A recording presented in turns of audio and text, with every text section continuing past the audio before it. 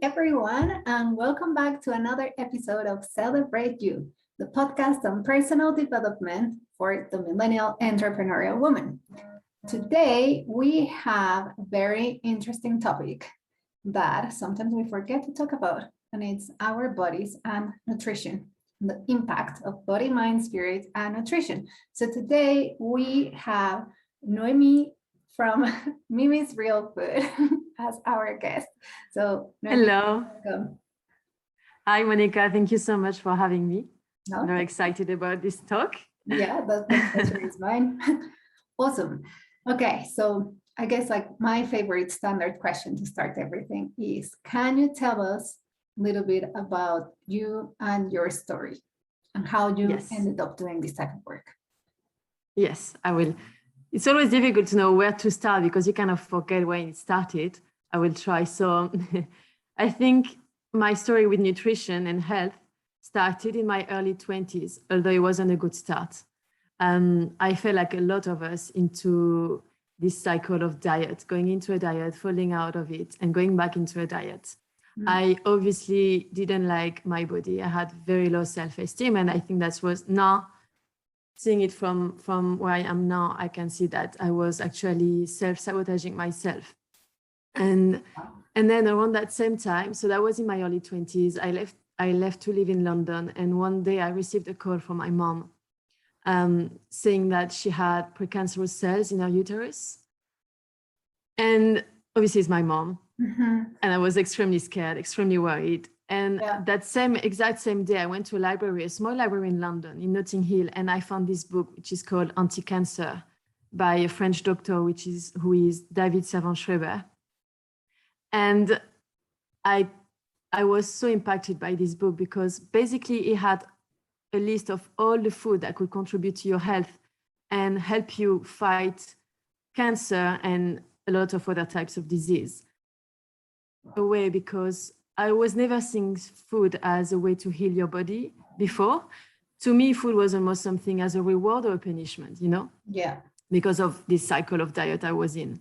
And suddenly opened this door of food can be so much more and can help you in so many ways. And so I started reading all these books. I really taught myself wanted to help my mom as well.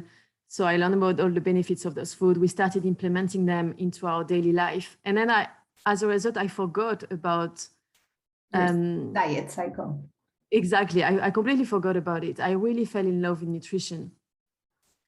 And that's how a few years later, I started my blog, Mimi's Delicacies, which was to me a place of feel-good food. I have this motto of delicious and nutritious food. So I wanted to create delicious sweets, brownies, pancakes, cakes that were tasty and also really good for your body.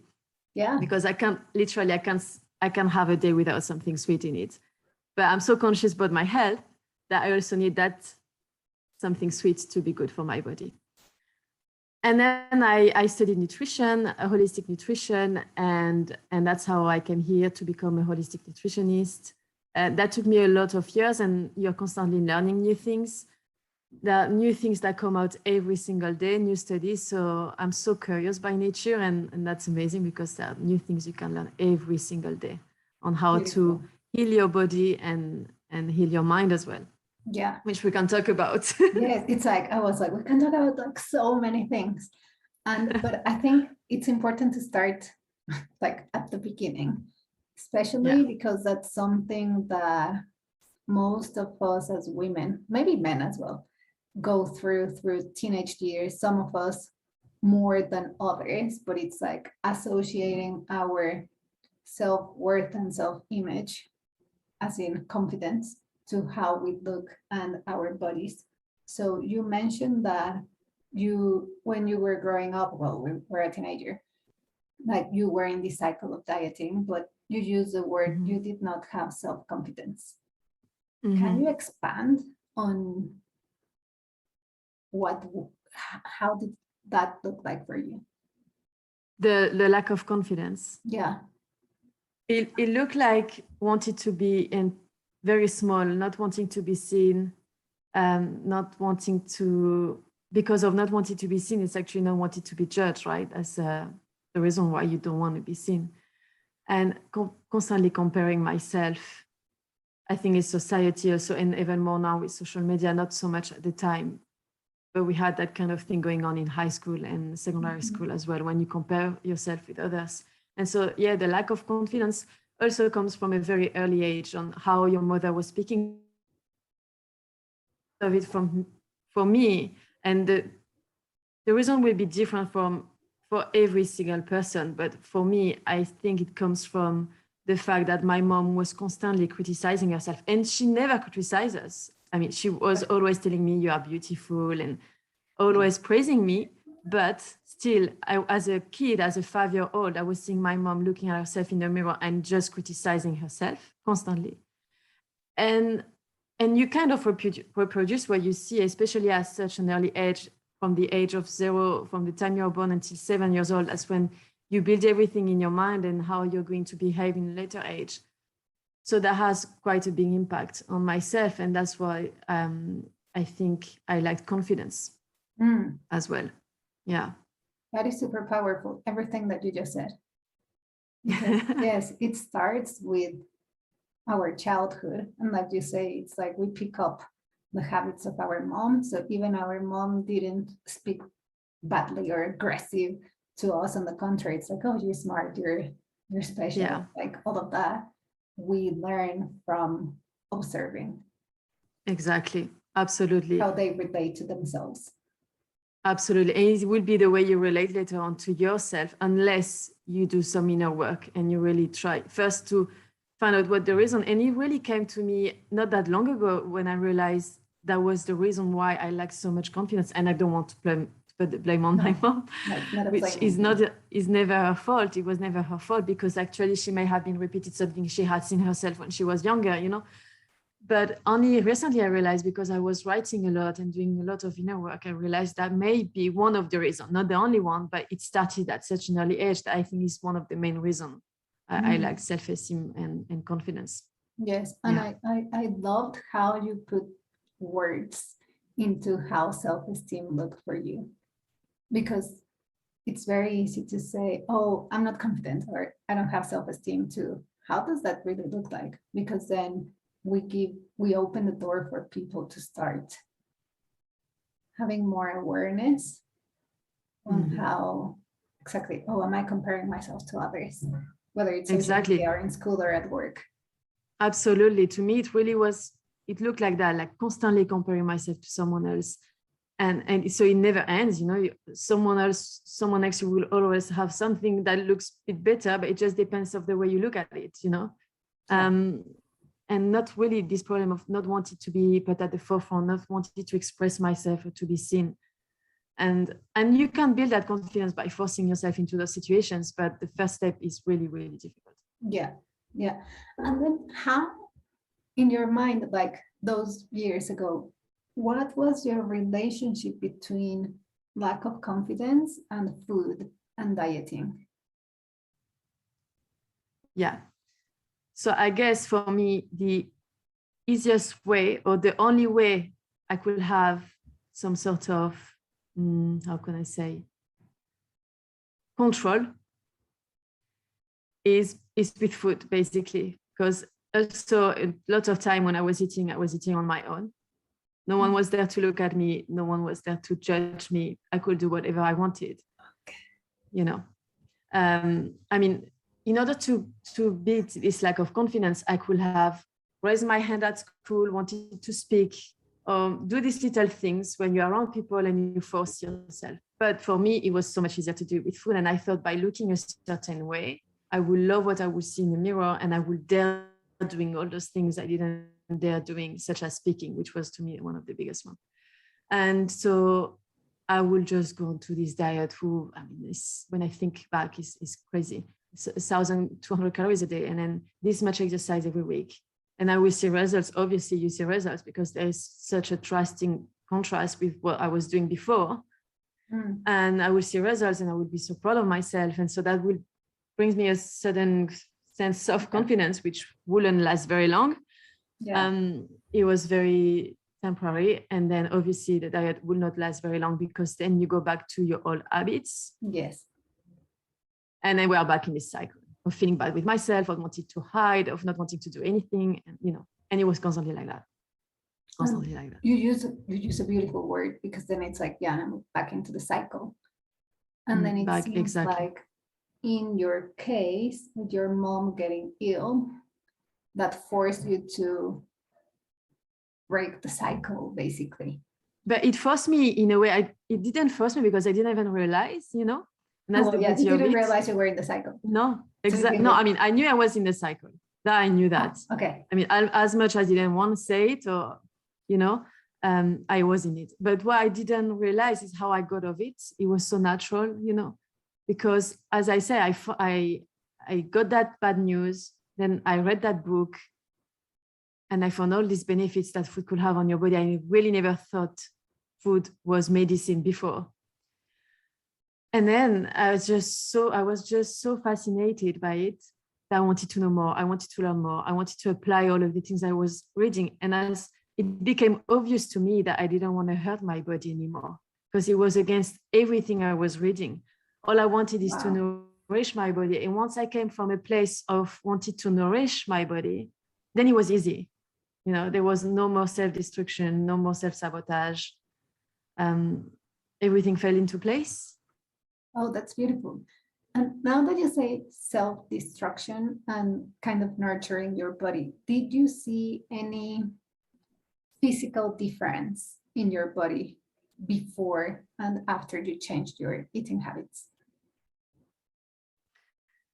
Well, that's actually the funny story. Is like once I stopped wanting to control my diet, wanted to count calories. That's actually was the easiest time for me when I went into the weight I wanted to be in, and the weight that was right to me for my health as well. Mm-hmm. It became so easy. There was no more effort because I wasn't obsessed with the food I was eating. I'm obsessed with counting, finally letting go, Yeah. Oh, and nice. You were finding you are in this state of perfect health. Yeah. It all falls into place. And this happens. I'm now a coach, and it happens with all of my clients. They come to me with this one because I help women with wanting to lose weight. And so they come to me expecting me to give them a meal plan and a workout routine. Exactly, like this diet. Please give me the diet that is going to help me lose X amount of weight. And I never start. I will give a meal plan at some point because I know it's helpful and it can guide you at the beginning. But I never start with a meal plan because it is not what's going to help you in the first place. In the first place, you need to feel good with yourself. And it sounds cliche. It sounds like, oh, I'm going to do that. Like, come on, I can do some meditation if you want, but that's not what's going to help me. I'm not telling him to do meditation, but I ask him to do some inner work. And we often don't want to start with that. We really don't think it's going to help us, or we don't want to go there. So much resistance. And this resistance is what is preventing us from losing the weight in the first place. Yeah, that is so powerful, because resistance is not only preventing us from the weight that we want, but it's like from the weight and the job and the relationship and the money and the happiness and the peace of mind, everything. Absolutely. Yeah. With this resistance was preventing my body to let go, and also because I was depriving myself so much. Basically, when you deprive yourself of nourishment, your body, I was depriving myself of calories. Basically, I was having so little calories in my diet that what will happen is at first you lose weight, but then your body is so intelligent. You'll get used to this amount of calories you're giving it. What happens is then anything you eat, your body will just keep it for itself. That's why it's not a long-term solution, because you will never be able to sustain a 1,000 calories a day. And once you go back to even 1,200 calories a day, those 200 calories, your body thinks, I have to protect myself because she may go back to 1,000 calories a day. Let's keep it. We don't know what's going to happen tomorrow. Yes. And once you know that, you don't want to do that to your body and to yourself. Yeah, that is so true. Counterproductive. Yeah, like my mom used to tell me that when I was like not even a teenager, like a girl and teenager. she was like, dieting is not good because basically what you're doing is your body is like so kind of like in alarm, kind of like, oh, I don't know what I'm going to eat next, that whenever you eat, and it's like, oh, I want everything, and I'm going to hold on to that everything. So it doesn't work. Absolutely. Yes. It's exactly that. So coming back to resistance, and you said, hey, there was resistance, but then you learned to let go. And then you also mentioned that when you work with your clients, the first step to lose weight is not having a strong meal plan, but it's more of doing the inner work. So how do we work through that resistance?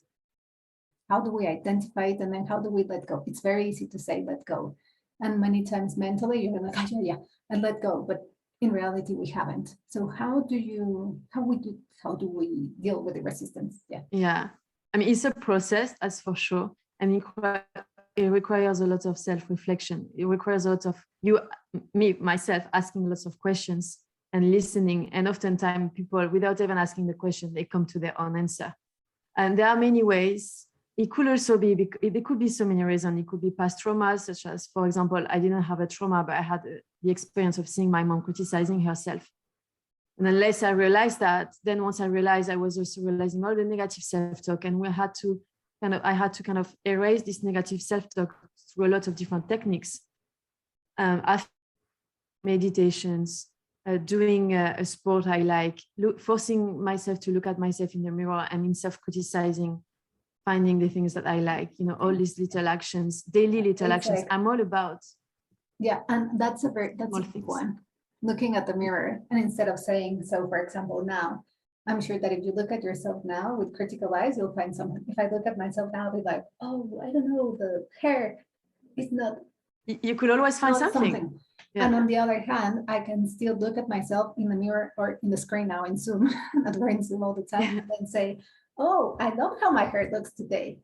Yeah, it's just absolutely a change in mindset and how we see ourselves and talk to ourselves, and that makes a massive. And that requires practice, because if you've been used to talking to yourself negatively, this voice is so much louder than the positive ones, and so you want to erase it completely. And actually, we have thousands of thoughts every single day, and a lot of those are negative. So we need to force the positive ones, because negatives just come out of nowhere.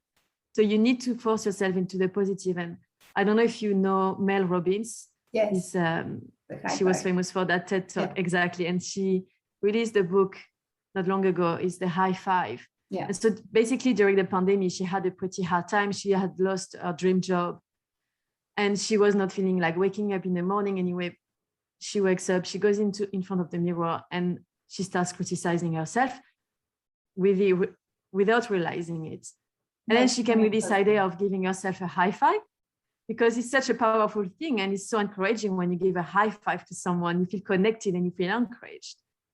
And so she started doing that. And then she felt this positivity, and then she started saying nice things about herself. And so you see, what I wanted to say is that out of these small daily actions, work doesn't mean you have to spend an entire day writing everything that's wrong in your life or writing a list of things you love. You don't have to do this. It's tiny actions repeated every single day that will bring you to this state of positivity and seeing yourself in a different light. Yes, which is a very good point. One of my coaches, he calls it micro shifts. And I love it because there's a thing that it's like a baby step, but this is like smaller than a baby step. This is just like a micro shift, that it's like, hey, today in the morning, looked at myself in the mirror and I stopped criticizing. Micro shift. Yeah. Huge. It's huge. Just not doing that. It's huge. And it's in the micro shifts that we start transforming and changing and creating what we really want. Absolutely. And even if you look at yourself and you say, oh, my skin is hanging, and you said it, it's too late you've said it, because it's almost like it comes like that. Yeah. And then, okay, you catch yourself, okay, I've said that, but oh, my eyes are so beautiful and my hair is shiny. You come up with something else right after. That's a beautiful point, because then you can say, oh, well, I already said it, but But in addition to that, yeah, my hair looks good. Exactly. Absolutely. That is awesome. So part of the work that you do is, yes, holistic nutrition. And you say, hey, we start with mindset. And the other part of the work that you do is ETF, EG tapping. How Yes. do you mix the two? How do the two come together? Yeah, so I fell in love with EFT not that long ago, actually. It was last year at the beginning of the pandemic. I've always, for the past 5 years, I've been doing meditation on a regular basis, and I've loved it. It's really brought me into a state of calm many times. But the first day I did EFT, after a 10-minute session, I had a huge smile on my face, and because I was really stressed before doing it. And right after, I wasn't just calm, I was so happy, genuinely happy, as if I had received a great news. Yeah. And so I have trained, literally a week later, I was training as an EFT practitioner because it was so that impactful. And I've been practicing every single day since then. And you can do EFT for a lot of different issues, I would say. So for anger, resentment, weight loss, stress, anxiety, many, many things. And with EFT, I help my client. For example, I have a client who is struggling. We realized that, so we had gone on to 2 months of coaching, and basically 2 months perfectly, she had lost the weight. And then something happened and she went back onto her old eating habits. Mm-hmm. We tried to dig deeper and find that the cause was the emotional eating. And so no matter the perfect meal plan I had given her, and no matter all the habits she had started to implement, the emotional eating was the problem. She had received the bad news at work, and then she went, her way of dealing with that news, like a lot of us, was to eat, because it's an immediate feel-good feeling, basically. Comforting feeling. Exactly. Which is then replaced by guilt, and that's the problem. It would be fine if you eat to comfort yourself. I find myself not long ago eating some ice cream because I needed some comfort, but then I didn't feel guilty. The problem is when you feel guilty afterwards. She felt guilty, and then she was feeling guilty, and she thought, I have eaten half of the pack of cookies, I may as well finish it. She was feeling so shit. I don't know if I can say this word, I'm sorry. It's okay. It's for grown-ups. And so then when we found that where emotional eating was coming from, it was coming from a fact of feeling rejected. And we tap into the rejection. And once we could tap into the rejection and replace the rejection by something else that was more positive, and seeing it not as something that was as big as she was making it, then she was indulging in emotional eating less and less. But she didn't know it was because of the rejection in the first place. Yeah, that theme is so relevant for many of us, because rejection comes up if you're working and you had a bad day, or your colleague said something or challenged you or something. We feel what's the word, funky, let's say. Yes. What? Because there's a range of feelings, so I don't want to put it like one. It's like you feel funky, but then what's behind that funkiness, it's this thought process of how you really felt, and you felt like rejected, not accepted, judged. And probably exactly. that applies, like you said at the beginning, you felt judged. That's why when you ate and you were on your own, I eat everything that I want because I'm not judged.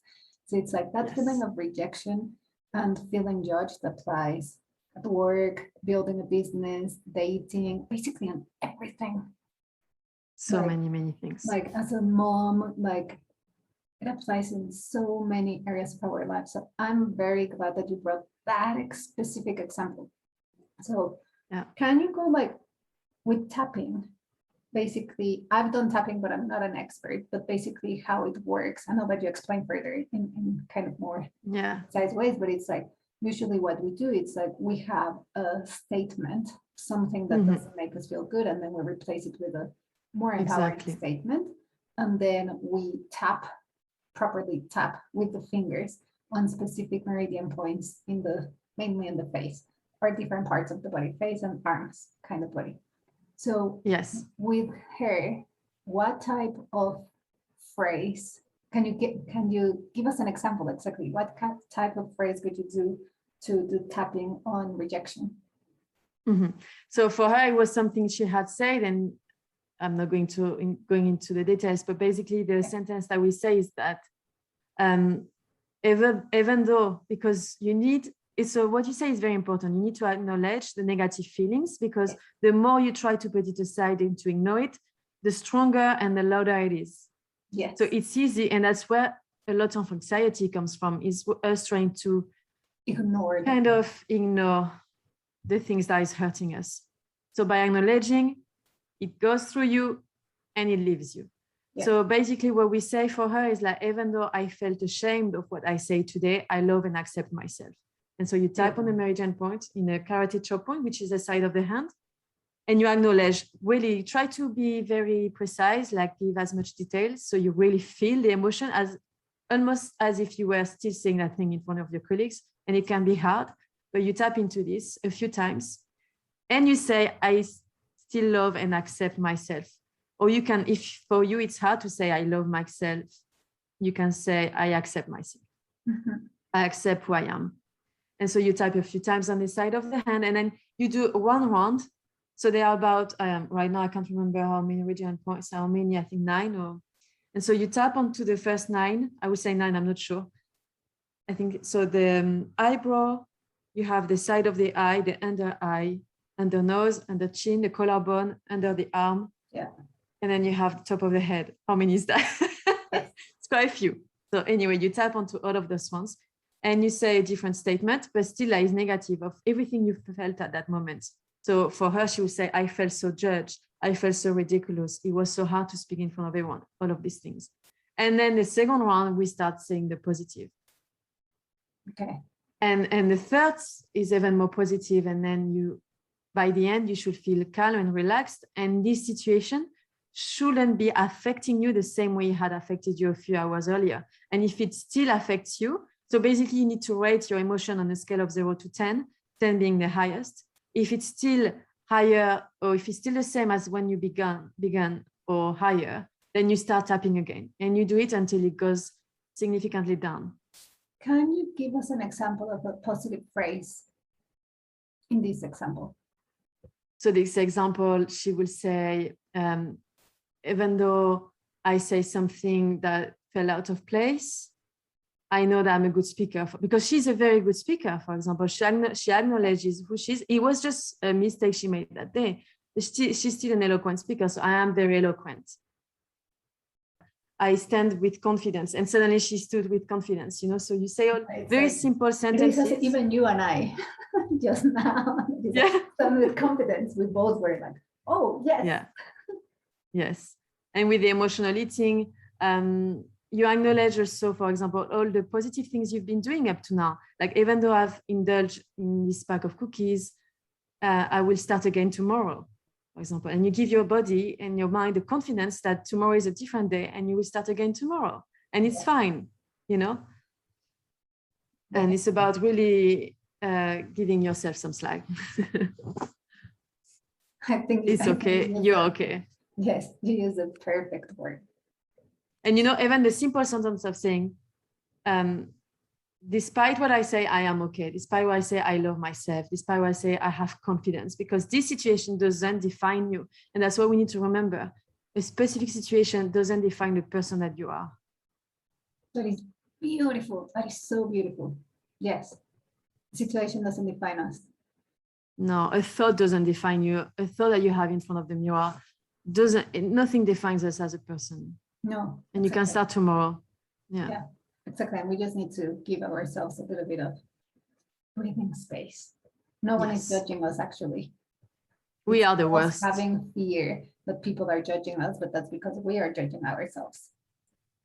No, I mean, everybody's busy judging themselves. Exactly. Absolutely.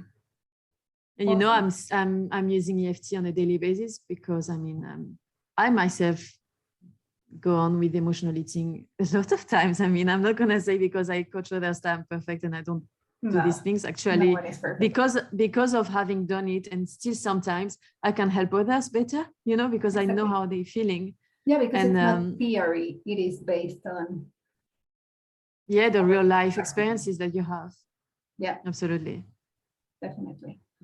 So as we start kind of wrapping up the episode, it could be super interesting if you can tell any woman or man who's listening to this how to feel better with themselves and their food choices and kind of their emotions, what would you say?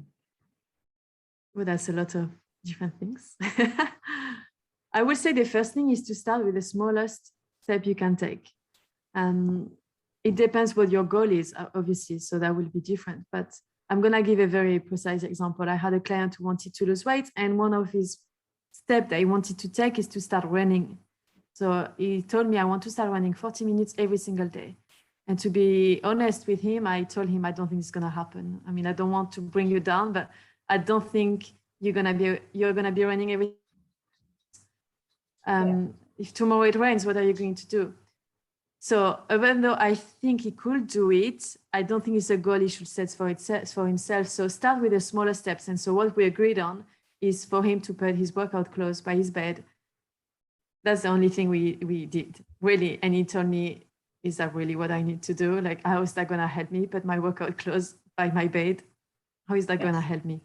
Actually helped him because he woke up the next morning seeing his bed literally on his slippers, his clothes on his slippers, he wore them. And after you're wearing your clothes, you're not gonna go back to bed. You're not gonna start making yourself breakfast, even if it's raining. And it was raining, so he didn't go for a run because he didn't fancy, but he did a workout on YouTube for 15 minutes. And this man hadn't worked out in years. And so every single day, the only goal he had was to put his workout clothes by his bed. And always he would do something. And most of the time he wasn't running because most of the time he didn't fancy running and he didn't actually like running. He found other things he loved doing. He fell in love with Pilates. He went to a boxing class one day. I mean, you see, it could be different, but start with the smallest thing, really. Start having some green veggies in your meal. Don't change your meal, just add some green veggies if you want to improve your diet. Don't remove, add things. Maybe add an alarm clock in your bedroom if you are tired of looking at your phone, and leave your phone in a living room. You know, small things. That's what I would say.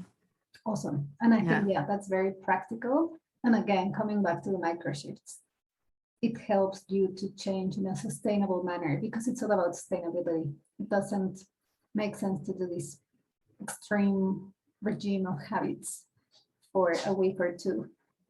And then you go back to normal because it's not sustainable. Anything you do, you need to look at it in the long term. Will I be able to do this in 2, 5, 10 years' time? If the answer is no, that's not going to work. I like that. I love that, actually. It's a really good takeaway. It's like, hey, if I'm trying to change something, then it's like, what's the micro habit that I can start embedding into my life so that it's like once this is in your life, then you can add up. Exactly. Because you have been used to, so then it's easier and easier. Exactly. Rather than trying to start with, let me build a huge change of life and eating habits or working habits or exercise habits. It's more of a, let me do something micro every day. Exactly. And consistency will lead to sustainability. Absolutely, because motivation is fading over time. You can't trust motivation. She's not to be trusted. I like to say that. Motivation will fade, you know. Yeah, start tiny and consistency is what's going to help you. Exactly. I love it. That's a very beautiful takeaway. Consistency with micro. Absolutely. That's the takeaway, I think. Yeah. Amazing.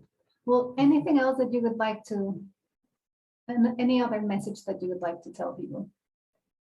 No, just remind people to really spend some time every day in praising themselves, in giving themselves some little joy, some little positivity is very important for your mind and your body, the connection of your mind and your body. For both mind and body. Exactly. Beautiful. Exactly. It's been a pleasure having you in the show. And then where can we find you? Thank you. I loved it. I really loved it. So you can find me on Instagram at Mimi's_delicacies, where I share recipes and health tips, mindset tips, etc. Then you can also book a free consultation with me, because I don't like working with someone without knowing if we actually have a connection and if we will work well together. Because I like to guide my clients and to hold their hands, and I need to feel connected to them and they need to feel connected to me. It works in both ways. So an initial consultation is a good way to start. And yeah, that's it. My website as well, which is on Instagram. And I will add all those details in the blurb in the Spotify. Thank you. It's like, people, don't worry if you didn't get it. It's like, it will be written in there. Well, thank you so much, Noemi. And thank you, Monica. Ladies and gentlemen, speak with you next week. Thank you so much for listening. Sending you much, much love. Ciao.